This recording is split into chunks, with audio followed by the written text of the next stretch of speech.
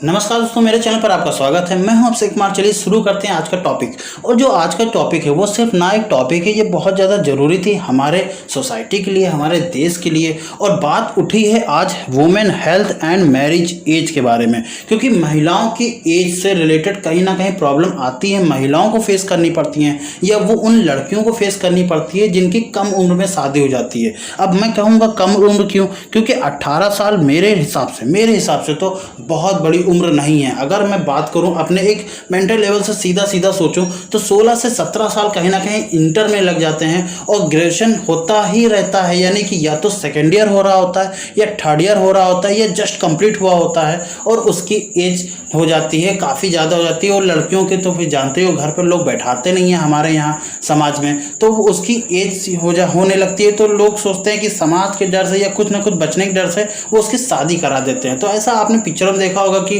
लड़की कॉलेज से आती हो, पता चलता है कि हाँ उसकी शादी फिक्स हो गई है, 4 लोग मिल करके उसको देखने हुए आए थे और फिर कहा माँ मुझे बताया क्यों नहीं। कहीं ना कहीं ये चीज़ें रियलिटी में भी होती हैं, क्योंकि अंडर ग्रेजुएशन लड़कियों की शादी फिक्स हो जाती है, और ऐसा लगभग 40 या 50% लड़कियों के साथ हो जाता है। अब उनको कहीं ना कहीं कंपटीशन करने का मौका ही नहीं मिल पाता। अब लड़कों की एज 21 है, मैं जानता हूँ ये भी बहुत ही ज़्यादा नहीं है, पर फिर भी 21 कहीं ना कहीं ग्रेजुएशन कंप्लीट हो जाता है, आपको 1-2 साल का मौका मिल जाता है। फिर लड़कों के लिए थोड़ा रुक भी लिया जाता है, 23, 24, 25 तक शादी करी जाती है, पर 25 साल तक लड़कियों के लिए कोई माँ बाप जल्दी रुकता नहीं है। तो कहीं ना कहीं 18 साल जो 18 साल की एज है, तो ये कहीं ना कहीं मोदी जी ने इसको मुद्दा उठाया है। देखो इस बार इंडिपेंडेंस डे की स्पीच रही थी, मोदी जी ने ये कहा है कि जो हमारी यहाँ लड़कियों की एज है वो 18 साल ना होकर के 18 से अधिक यानी 21 साल कम से कम होनी चाहिए, ताकि कहीं ना कहीं समानता का अधिकार मिल सके। अगर मैं बात करूँ समानता का अधिकार क्या कहलाता है, हमारा आर्टिकल 14 तो यही कहलाता है ना कि हम एक सब समान हैं, हम बिल्कुल एक जैसे हैं। अब लड़कियों के लिए ऐसा क्यों है कि 18 साल में ही उनकी शादी कर लो, लड़कों के लिए क्यों है 21 साल में शादी करो, ये गैप क्यों? ये तो समानता का अधिकार नहीं हुआ।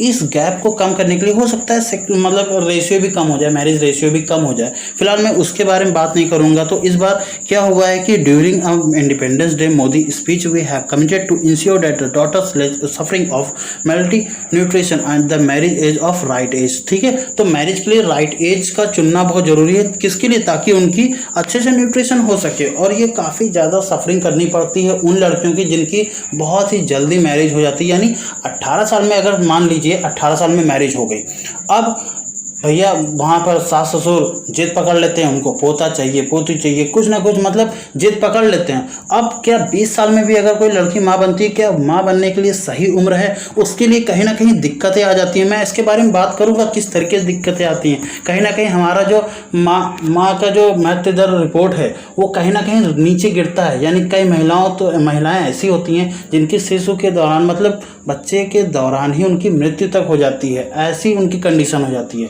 तो कहीं ना कहीं इस चीज़ के बारे में विचार करना चाहिए, जी ज़रूर करना चाहिए, क्योंकि हम लोग 20वीं सदी में जी रहे हैं, और ये अब कहीं ना कहीं हमें विचार करने की ज़रूरत है। इसको आगे हम लोग जैसे इतना सारा इम्प्लीमेंटेशन कर रहे हैं, तो इस पर भी हमें ध्यान देने की बहुत ज़्यादा ज़रूरत है। तो रिपोर्ट ने तो ये सजेस्ट किया है कि जो मिनिमम एज होनी चाहिए गर्ल्स की वो 18 साल नहीं होनी चाहिए, वो 21 साल हो जानी चाहिए। ये रिपोर्ट ने सजेस्ट कर दिया है फिलहाल अभी के लिए।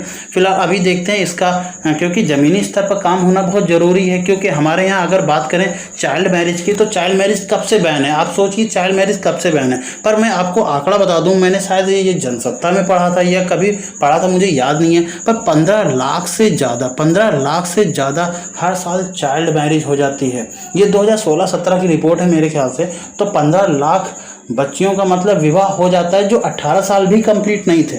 आप सोचिए 2020 या 2016, 17, 18, 19, 20 की मैं बात करूं, इस 5 साल के दौरान, तो अभी इतना ज़्यादा समय नहीं हुआ, और अभी भी कहीं ना कहीं गांव दराज में ये चीज़ें हैं। और गांव दराज में थोड़ा सा ये ज़्यादा हो जाता है, क्योंकि कहीं ना कहीं वो सोसाइटी में आ जाते हैं कि हाँ उनके यहाँ लड़कियाँ बैठी क्यों हैं। उनके लिए 21 साल बहुत बड़ी उम्र होती है। जैसे 21 साल की कोई लड़की हो गई तो उसके लिए बहुत बड़ी उम्र हो गई कि हाँ ये 21 साल की हो गई, अभी तक बैठाया क्यों नहीं, इसका ब्याह क्यों नहीं किया, ब्याह ही क्यों नहीं जा रही है। मतलब उस डर से भी कहीं ना कहीं माँ बाप शादी कर देते हैं। तो फिलहाल इसके लिए देखते हैं क्या क्या प्रावधान रखे जाएंगे। और इसके बाद हमने पॉइंट वाइज ही देखो लिखा हुआ है।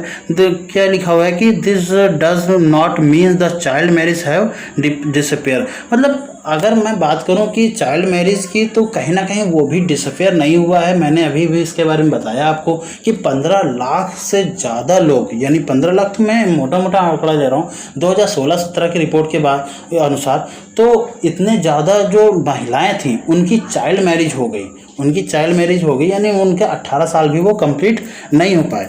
ठीक है। अब nutrition national family health survey, ये एक सर्वे है जो हेल्थ के लिए एक सर्वे करता है। ठीक है।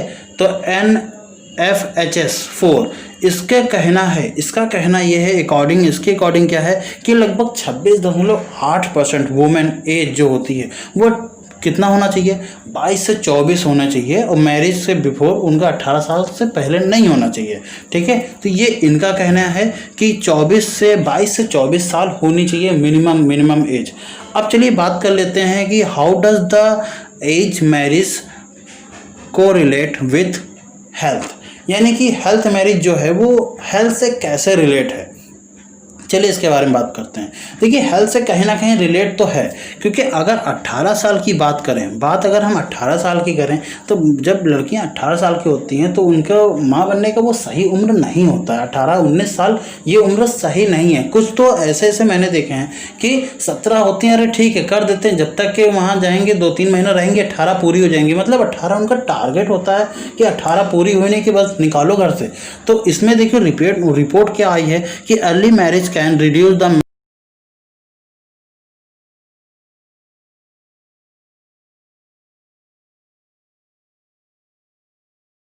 कि 10,000 महिलाओं में से 145 महिलाओं की मृत्यु हो जाती है। ये हर साल का आंकड़ा है, ये एवरेज आंकड़ा जो मैं आपको दे रहा हूँ, ये एवरेज आंकड़ा है। ठीक है। एवरेज इंफॉर्मेशन है कि 145 लोगों की मृत्यु हो जाती है, यानी कि हर 10,000 महिलाएं अगर जन्म देने आती हैं बच्चे में, तो उनमें 145 महिलाएं ऐसी होती हैं जिनकी मृत्यु हो जाती है। आप सोचिए कितनी बड़ी बात है। और अगर मैं बात करूं इन्फेंट मर्टेलिटी रेशियो यानी नवजात मृत्यु दर के बारे में, तो ऐसे कितने बच्चे, और ना सिर्फ इसमें महिलाओं पर हेल्थ पर असर पड़ता है, बच्चे पर भी हेल्थ पर असर पड़ता है। भाई माँ इसमें बात सुनी होगी कि जच्चा बच्चा दोनों स्वस्थ होने चाहिए। तो यानी माँ अगर स्वस्थ नहीं है तो बच्चा कैसे स्वस्थ हो सकता है। 1000 बच्चों में 30 बच्चों की हर साल मृत्यु होती है, ये बताया गया है इन्फेंट मर्टेलिटी रेशियो में। अभी मैं आपको एक चार्ट दिखाऊंगा, वो काफ़ी बेहतरीन चार्ट है, काफ़ी बढ़िया, आपको समझ में आएगा। आगे देखते हैं।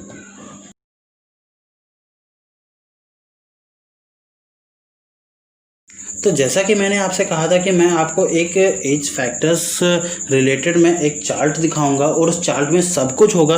तो ये वो रहा चार्ट, और ये मानव संसाधन विकास मंत्रालय द्वारा जारी किया गया चार्ट है। चलिए इस पर बात करते हैं कि इसमें क्या है, किस तरीके से चार्ट में बताया गया है। एक्चुअल में सबसे पहले यहाँ पर दिखाया गया है mean age at marriage in 2017 की रिपोर्ट के अनुसार ये बताया गया है कि आंध्र प्रदेश में लगभग लड़कियों की जो उम्र की शादी की रिपोर्ट मतलब रही थी वो कितनी थी, 22 ईयर, यानी कि 22 साल की जब लड़कियां हो गई थी, ज़्यादातर औसतन की बात कर रहा हूँ, तो उनकी शादी हुई थी। आसाम इस रिपोर्ट में 23 साल में 22 साल या 23 साल के बीच में आता है, 22.3 है एक्चुअल में।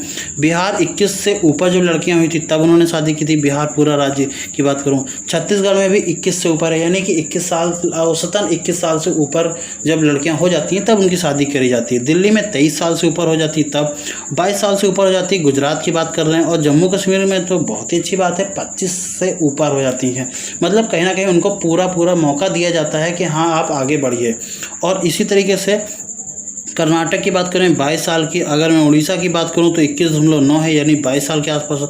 अगर उत्तर प्रदेश की बात करूं तो 22.2, यानी 22 साल से ऊपर यहाँ पर औसतन जब लड़कियों हो जाती हैं तब उनकी शादी की जाती है। और ऑल इंडिया की बात करें तो वो है 22.1, यानी कि 22.1, यानी कि 22 साल से ऊपर जब हो जाती है तब उनकी शादी की जाती है। तो कहीं ना कहीं ये एज फैक्टर्स भी दिखाया गया है इसमें। और मैं आपको बताता हूँ कि वुमेन मैरिज बिफोर एज का परसेंटेज कितना है जो 18 साल से उम्र, तो देखिए कितना ज़्यादा रहा है।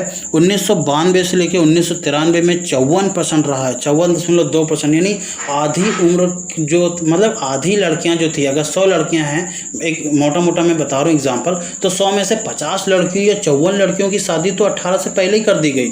तो उनको तो मौका ही नहीं मिला समाज में अच्छे से बढ़ने का, समाज में अच्छे से सर उठा करके जीने का या कुछ आगे बढ़ने का। फिर 98 से 99 की एज में बताया गया कि वो एज 50% हो गई, यानी कुछ कम हुआ। 2005 और 2006 की रिपोर्ट में बताया गया तो वो 47.4% हुआ, थोड़ा कम हुआ। और 2015-16 की बात करें तो वो 26.8%, यानी 26.8% लड़कियां ऐसी थीं जिनका चाइल्ड मैरिज हो गई या 18 साल से पहले हो गई। इसी तरीके से इसमें बात करी गई है हेल्थ और वेल्थ के बारे में भी। देखिए मैं आपको बता देता हूँ यहाँ पर वेल्थ एंड मैरिज एज, तो वेल्थ ऑफ मैरिज एज सीधी सी बात है, लोवेस्ट में कितना है 17.6 और हाईएस्ट में कितना है 22.3। मैं आपको बताता हूँ ये एक्चुअली में है क्या। लोवेस्ट का मतलब जब 18 साल में ही उम्र में या उससे पहले शादी कर दी जाएगी तो उनकी जो इनकम रहेगी, यानी कि उनकी जो वेल्थ रहेगी, तो वो 17.6, यानी कि बहुत कम रहेगी, ठीक है। और अगर हाईएस्ट की बात करें तो वो 22, यानी कि कुछ बढ़ जाएगी। अच्छा खासा उनको एक मौका मिलेगा समाज में जीने का, 4 लोगों से बात करने का और अपने लिए बेहतरीन फील्ड चुनने का, और कहीं ना कहीं कंपटीशन लेवल पर उतरने का और अच्छी नौकरी उन्हें भी गेन करने का। हमारे यहाँ कितने % लड़कियां हैं जो जॉब करती हैं गवर्नमेंट, आप कभी इसका रेशियो निकाल के देखिए, लड़के ज़्यादा हैं लड़कियां कम हैं। क्यों? उनको चांस ही नहीं मिलता। अगर चांस ही नहीं मिलेगा तो किस तरीके से काम चलेगा। इसी तरीके से सेकेंड में, मिडिल में, फोर्थ में, तो मिडिल में हालांकि थोड़ा सही है, मतलब मिडिल में थोड़ा सुधार हो जाता है। अब एजुकेशन की बात करें तो एजुकेशन में मतलब 18 साल से ऊपर जाती हैं। बहुत सारे ऐसे होते हैं जो ये भी है कि सॉरी फॉर डिस्टर्बेंस, बहुत सारे ऐसे भी हैं कि 18 साल होती है तो माँ बाप भी सोचते हैं कि अब इनको क्या करना पढ़ा करके, वो स्कूल ही नहीं भेजती। तो नो स्कूलिंग का कितना है 17.4% ऐसे लोग हैं एज मैरिज में, 17 के आसपास उनका विवाह हो जाता है जिनकी शादी नहीं होती है। ये बताता है, यानी कि अगर वो मैरिज एग्जाम्पल पर मैरिज वो इसलिए कर देते हैं, हाँ वो मैरिज इसलिए कर देते हैं एक्चुअल में क्योंकि उनकी स्कूल की पढ़ाई नहीं हो रही थी, तो कहते हैं घर बैठिए, इनको ऐसा करो ससुराल विदा कर दो। 5 साल, ठीक है, जो 5 साल जिन्होंने पढ़ाई करी है उनके 17.6 में, और 5 से 7 साल जिन्होंने पढ़ाई करी है वो 18 साल में उनकी शादी होती है। 8 से 9 साल जिन्होंने पढ़ाई करी है वो 18 से ऊपर थोड़ा सा बढ़ जाई है, ठीक है। 10 से 11 और जिन्होंने 12 साल पूरे दिए हैं उनकी शादी कहीं ना कहीं 23 साल में हो जाती है। तो ये कहीं ना कहीं फैक्टर डिपेंड करता है भाई, कहीं ना कहीं आप एजुकेटेड हो गए तो ये आपका दिमाग खुलेगा, और जब दिमाग खुलेगा तो आप कहीं ना कहीं ये चीज़ बोलोगे कि नहीं पापा मुझे शादी नहीं करनी। जैसे आजकल की लड़कियां हैं वो तुरंत बोल देती हैं पापा मुझे शादी नहीं करनी, मुझे ये करना है, मुझे ये करियर बनाना है, मुझे पायलट बनना है, मुझे बैंकर बनना है, मुझे कुछ भी बनना है, एसएससी रेलवे, मुझे पुलिस बनना है, ठीक है। तो वो कहीं ना कहीं बोल सकती हैं। अब जब पढ़ी लिखी नहीं होंगी तो वो क्या कहेंगी मुझे क्या बनना है, ठीक है पापा जैसा तुम्हारी मर्जी, ठीक है। शादी हुई, लड़का देखा, बस काम खत्म वहाँ पर, ठीक है। और वो कहीं ना कहीं हेल्थ पर भी प्रभाव डालता है। अब मैं आगे बात करूंगा चार्ट 4 में, ठीक है। आप पूरा चार्ट देख लीजिए, मैं कुछ चीज़ों के बारे में बात करूंगा यहाँ पर। तो कंट्री वाइज देखेंगे तो किसने कितना सुधार किया है। अगर मैं ब्राज़ील की बात करूँ तो IMR मतलब इन्फेंट मोर्टेलिटी रेट, और ये है महिला मृत्यु दर के बारे में, ठीक है। तो ये कितना है 60 है, यानी कि यहाँ पर देखिए 60 कितना कम है। ब्राज़ील में देखिए 60, 1000 में 60 महिलाएं, ठीक है। और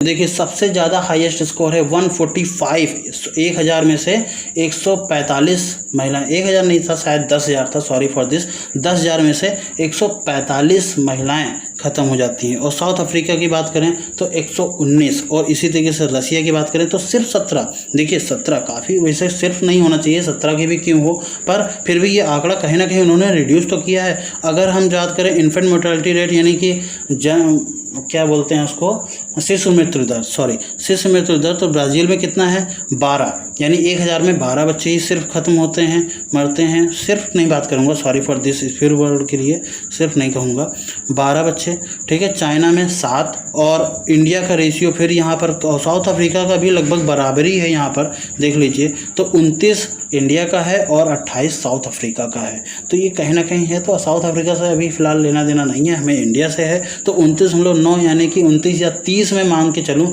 तो 1000 में 30 बच्चे ऐसे होते हैं जो महिलाओं के कारण, मतलब अपनी माँ के कारण, उनके अच्छी कंडीशन नहीं होती जिनके कारण उनका देहांत हो जाता है या वो ख़त्म हो जाते हैं। तो ये चार्ट में काफ़ी कुछ है, आप इस चार्ट को काफ़ी अच्छे से देखिएगा। न्यूट्रिशन की भी बात करी गई है यहाँ पर, तो आप अच्छे से देखिएगा ज़रूर। फिलहाल इस लेक्चर में इतना ही। Thank you very much, love and support.